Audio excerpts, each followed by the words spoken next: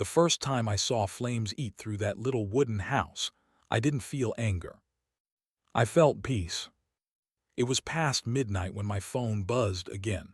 I almost ignored it, but then I saw the text. "She set the house on fire, man. She's gone crazy." It was from Tommy. Yeah, the same guy who ran off with my wife. For a long time, I just stared at the screen. The words didn't make sense. Then slowly, a smile crept across my face. That was the moment I realized maybe life had done me a favor. 6 months earlier, I was still the owner of Carter Haulage, a small trucking company on the outskirts of Dallas, Texas. 6 trucks, 4 drivers, and one big dream: to grow enough to bid for municipal construction contracts. We hauled steel beams, concrete, heavy equipment, whatever kept the city's skeletons rising toward the sky. I started the company from scratch back in 2017, after saving every dollar I made working night shifts as a forklift operator. 8 years of marriage. My wife, Rachel, was there when I bought my first truck, a used Kenworth with 200,000 miles and more rust than paint. She cheered when I landed my first big client. But after that, she drifted. The more I worked, the less she cared. The more I dreamed, the more she complained that I loved those trucks more than her. Still, I never imagined betrayal could wear a familiar face or drive one of my rigs.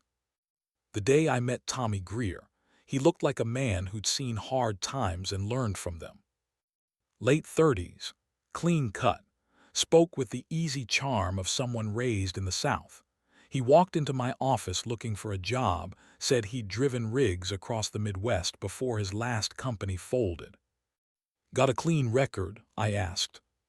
He smiled, slid his papers across the desk. "Clean as Sunday morning, boss." Everything checked out. I hired him on the spot. 2 weeks later, my wife started showing up at the yard again.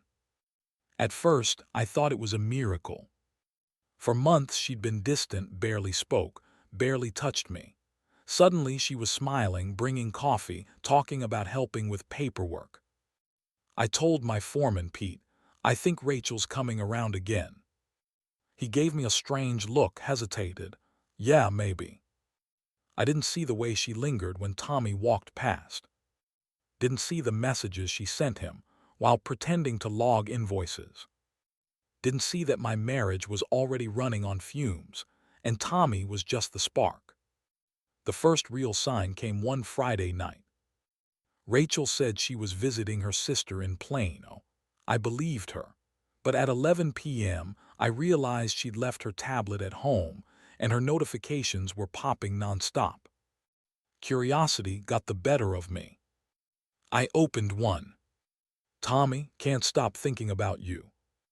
"Rachel, same here. When he finds out, he'll lose his mind." I felt my chest tighten. My hands went cold. Every message after that was another nail in the coffin.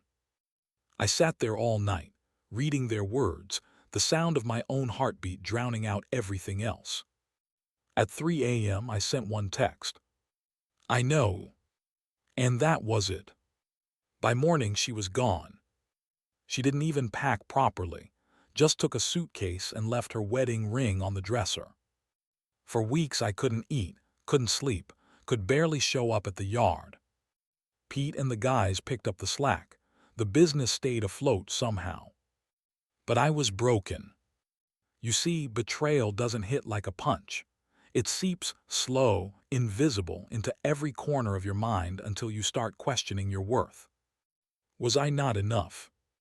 Was working hard for our future a crime? Was loyalty just a word people used until something better came along? I thought I'd never recover. But the universe, it has a funny way of settling scores. 3 months later, I heard from an old friend who worked at a truck stop near Fort Worth. "Hey Carter," he said, "saw your old driver today, that guy Tommy. Man looked rough, and guess what? Your wife with him." I froze. He went on, "They were arguing in the parking lot. She threw his coffee at him." I couldn't help it, I laughed. It was the first real laugh I'd had in months.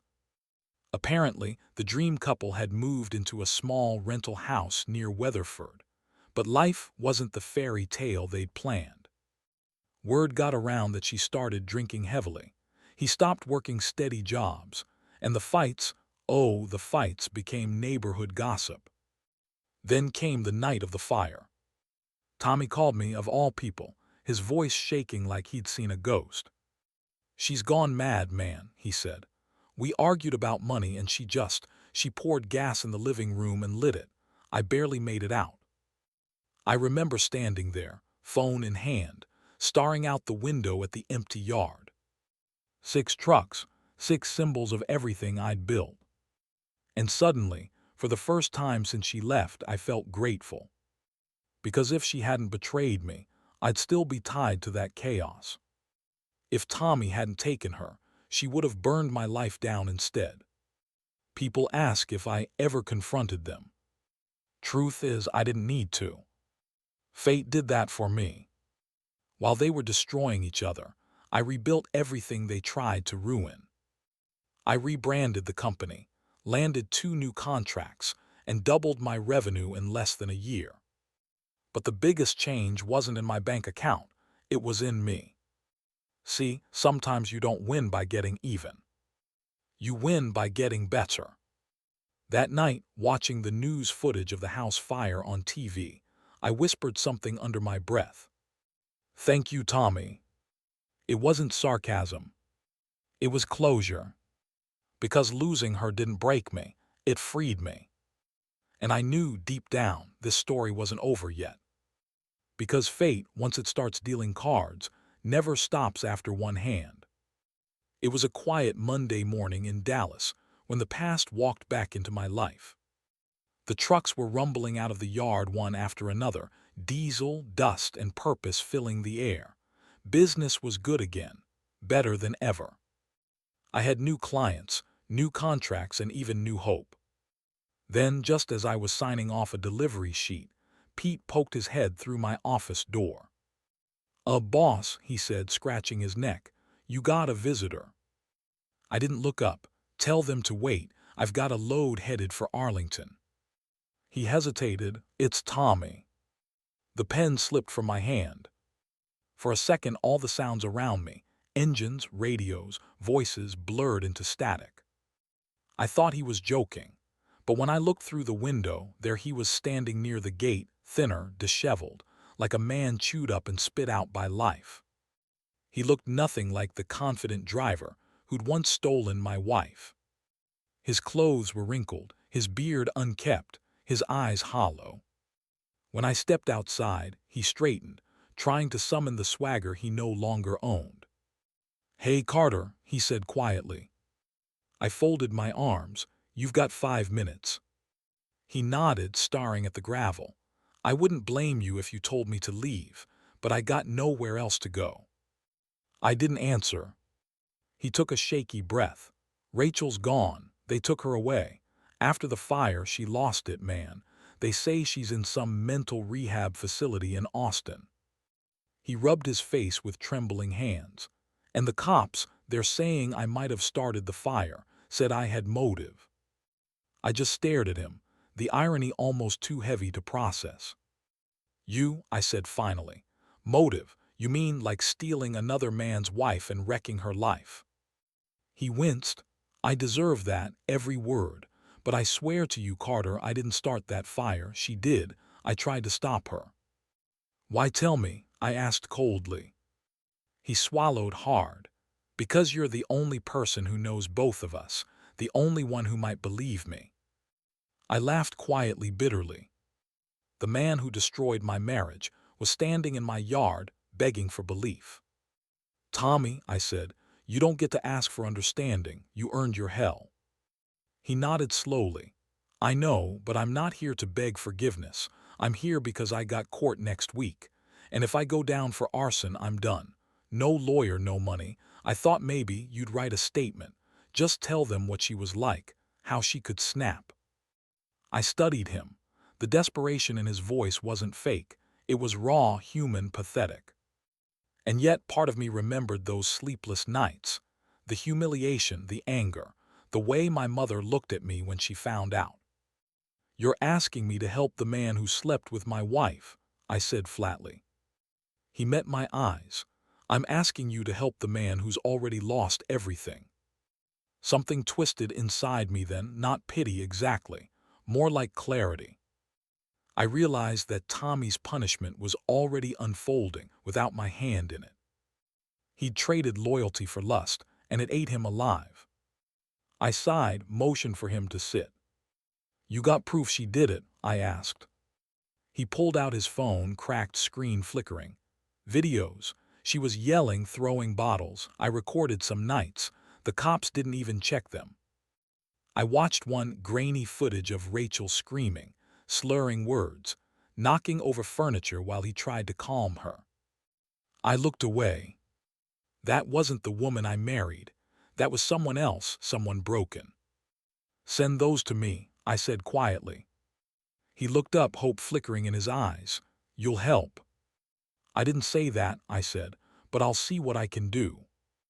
After he left, I sat in silence for a long time. Pete knocked on the door again. "Everything okay?" "Yeah," I said, though my voice didn't sound like mine. "Just ghosts."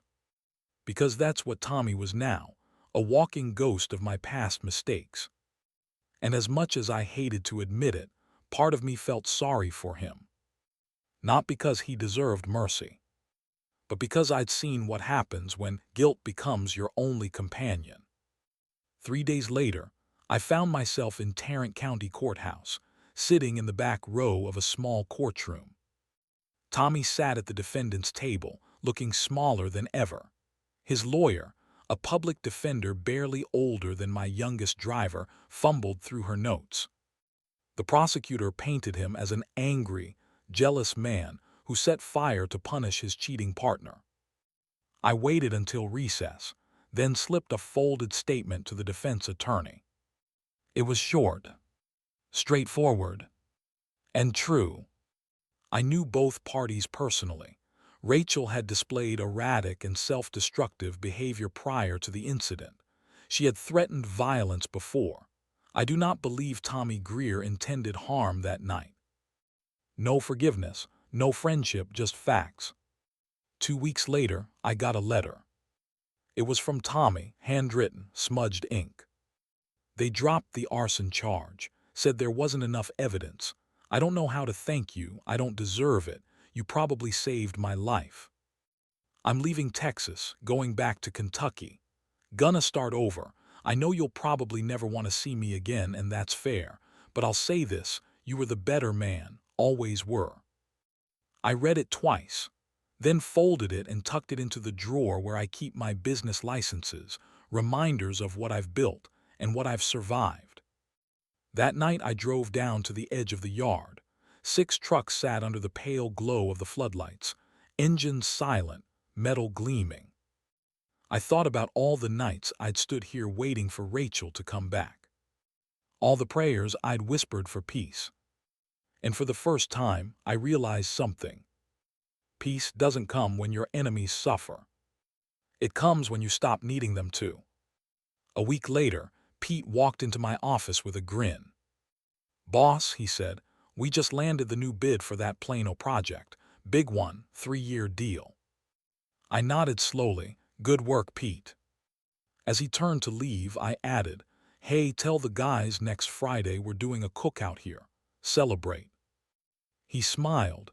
"Sounds like the old Carter's back." I looked out at the trucks again. The sound of drills echoed from a nearby construction site, Dallas still rising, still building just like me. "Yeah," I said softly, "he never really left." But just as I thought life had finally steadied, another message buzzed on my phone, one that would drag me back into the storm I thought was over. It was from an unknown number. "You don't know me, but I'm Rachel's sister.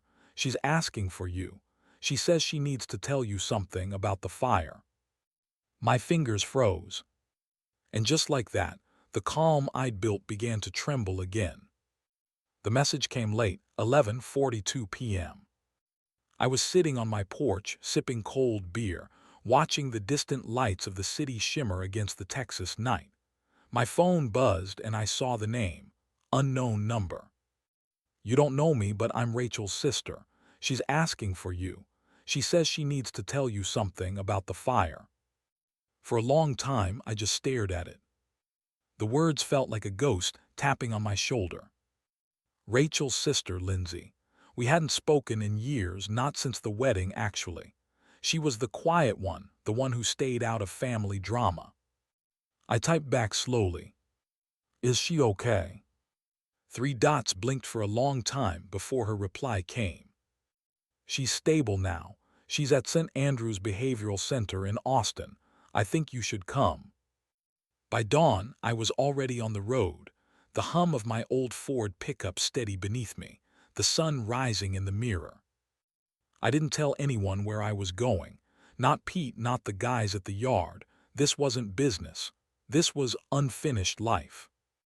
As I drove, the memories came in waves, the laughter, the betrayal, the fire. And under it all, a question I couldn't shake. What could she possibly need to tell me now? St. Andrews sat on a quiet hill outside Austin, surrounded by oak trees and the faint scent of rain. The receptionist checked me in, her voice soft, professional. She's in the recovery wing, she said. Room 212. Her sister's already there. When I walked in, Lindsay stood up immediately. She hadn't changed much, still slender, still calm, still carrying that quiet sadness in her eyes. Carter, she said. Lindsay, I nodded. Been a long time.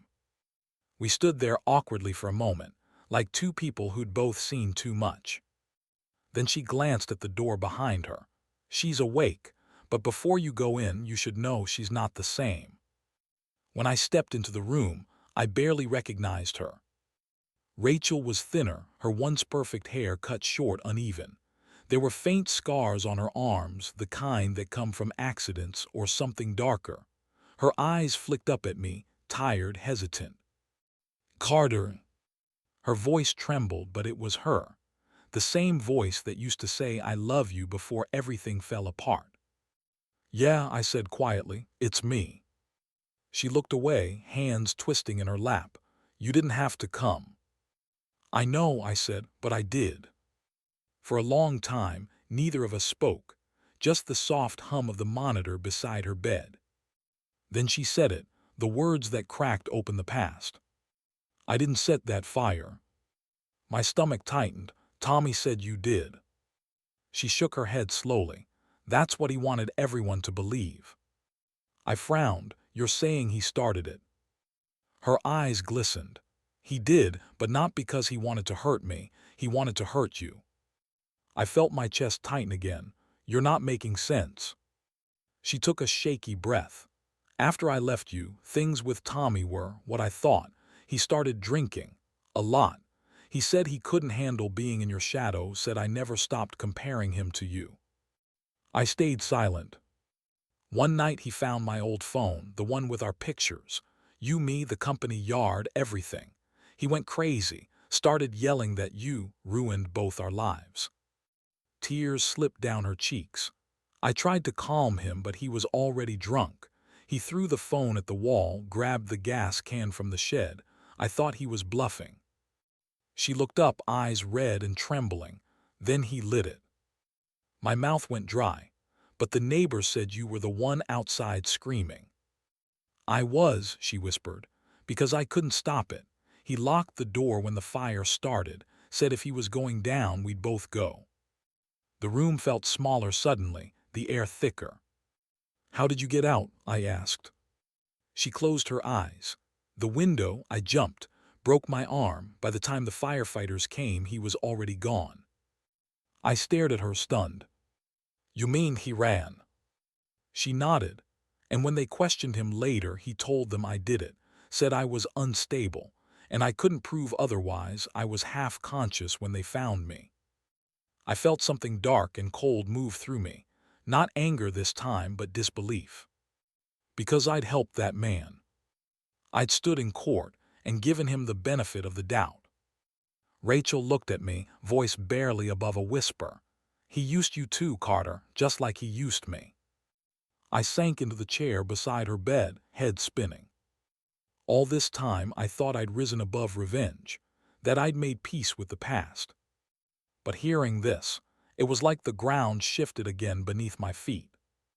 Later, outside her room, Lindsay caught up with me. She told me everything last week, she said. I didn't know how to reach you until now. The doctors think she might be ready for discharge soon. I nodded numbly. She needs a place to stay. She won't ask, Lindsay said softly, but she doesn't have anywhere. I looked out the window, watching the rain start to fall. Part of me wanted to walk away, to leave the past buried. But another part, the part that still remembered who Rachel was before everything fell apart, couldn't. Tell her, I said, she can come back to Dallas when she's ready. I'll help her get back on her feet, but that's all, no past, no second chances. Lindsay nodded.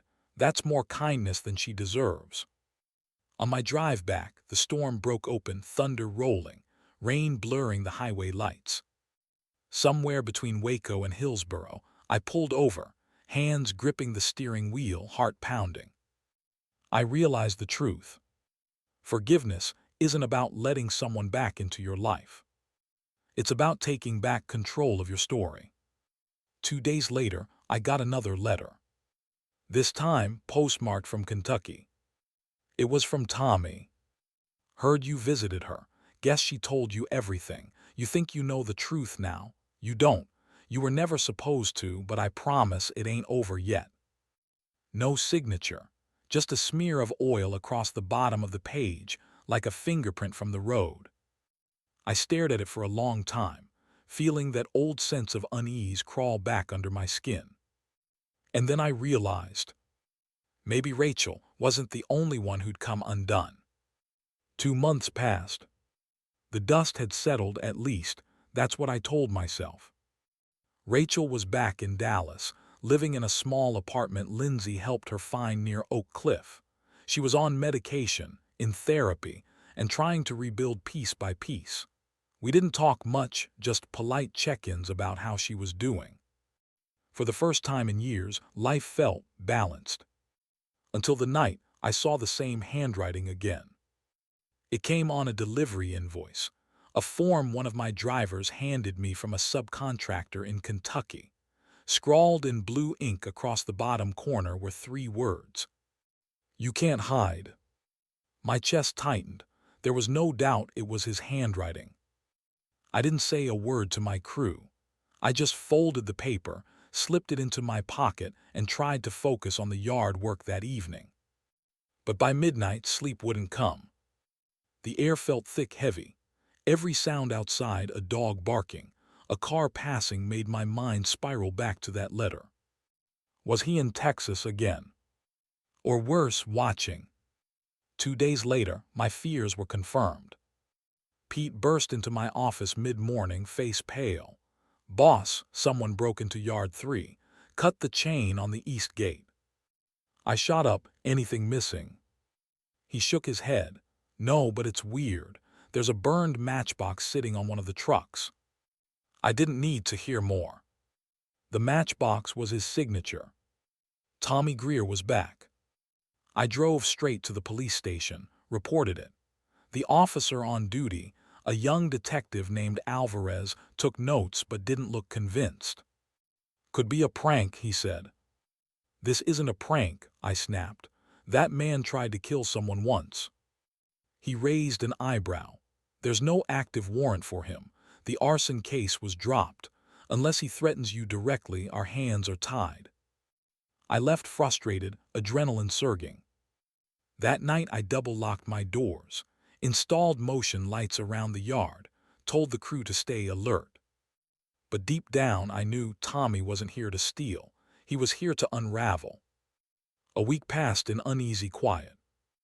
Then late one Friday I got a call from Lindsay. Her voice was trembling. Carter, it's Rachel, she's gone. My pulse spiked. What do you mean gone? She didn't show up for her therapy session. They checked her apartment. She's not there. Her phone's off. I was already grabbing my truck keys.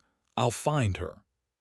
By 11 p.m., I was driving through downtown Dallas, checking the places she used to go, the diner on Maple Avenue, the little park by Turtle Creek. Nothing. Then, as I was turning onto Industrial Boulevard, my headlights caught a flash of movement. Someone standing near the old construction lot where we used to store sand and rebar. It was Rachel. And next to her, Tommy. I hit the brakes and jumped out before the truck even stopped rolling. "Rachel," I shouted. She turned, eyes wide, frightened. Tommy grabbed her arm, pulling her back. "Stay out of this, Carter," he yelled. His voice was raw, wild. "Let her go."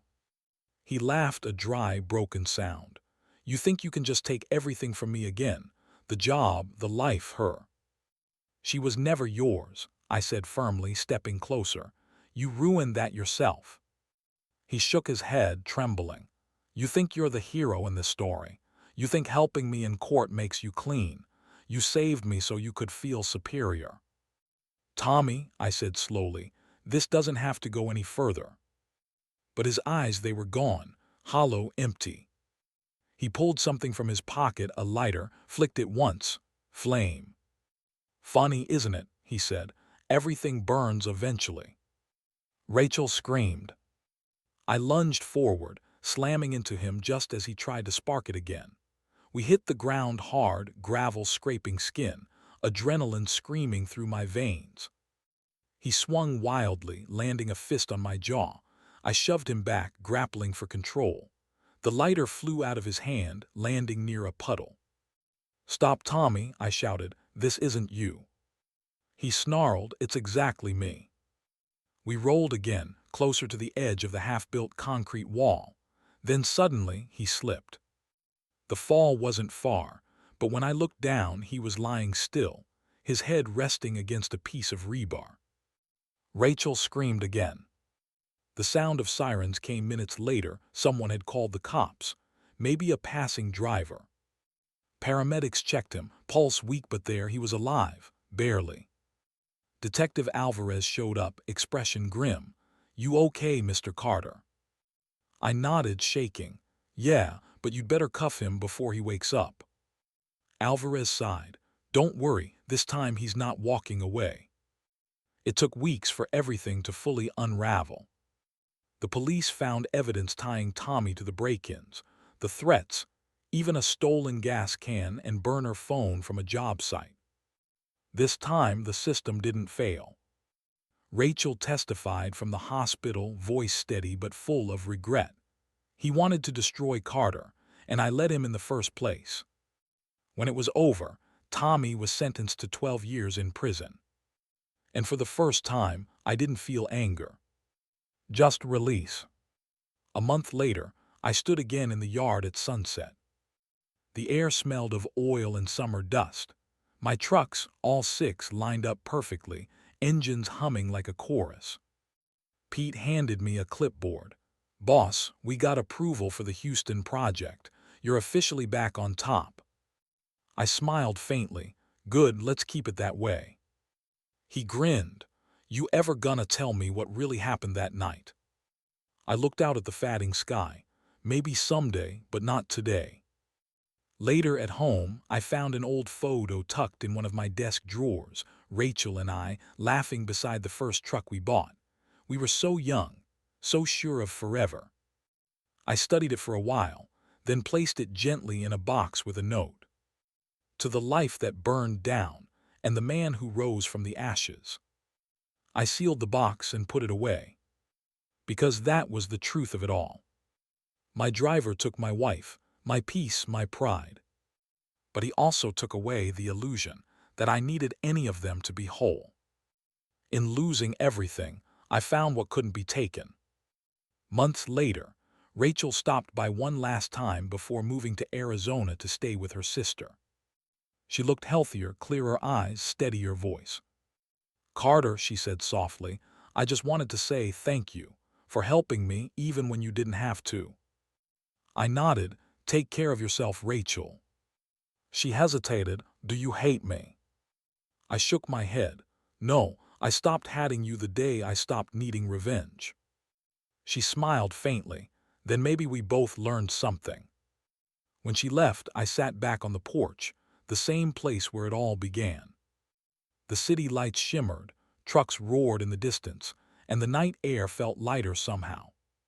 Because sometimes, the worst thing that happens to you becomes the reason you finally start living right. And that's why, when people ask about the story, why I say I'm happy he took my wife, I just smile and tell them the truth.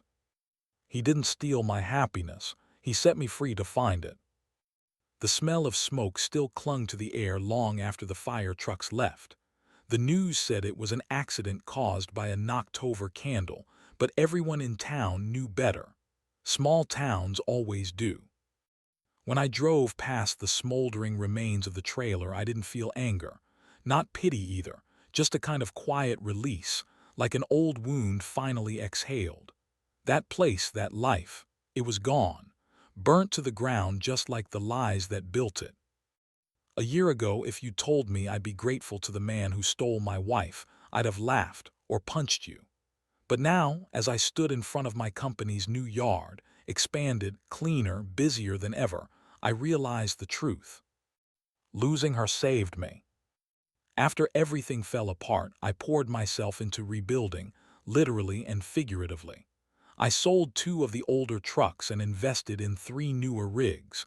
Got contracts with 2 major construction firms in Austin, Texas, where the skyline was still clawing its way higher every month.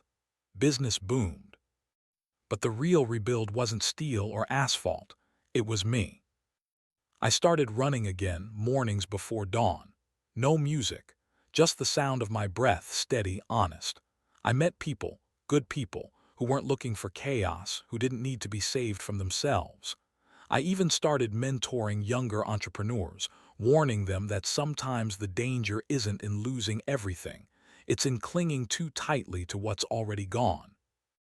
As for her, I heard through the grapevine she left town after the fire. Some say she went back to live with her parents.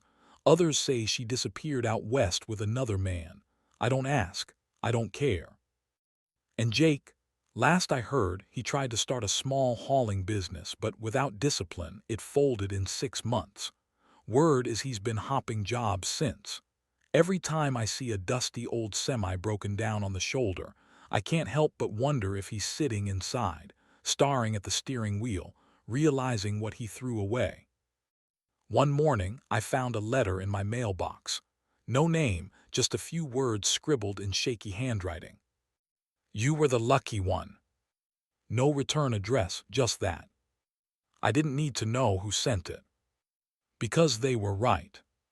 That day I walked back into my office, the same place she once avoided, and looked around. The hum of diesel engines outside, the smell of oil, coffee, and fresh hope. A young couple, my new dispatchers, were laughing by the door. There was light in the place again. I smiled to myself, whispering under my breath, "Yeah, I was the lucky one." And for the first time in years, I believed it.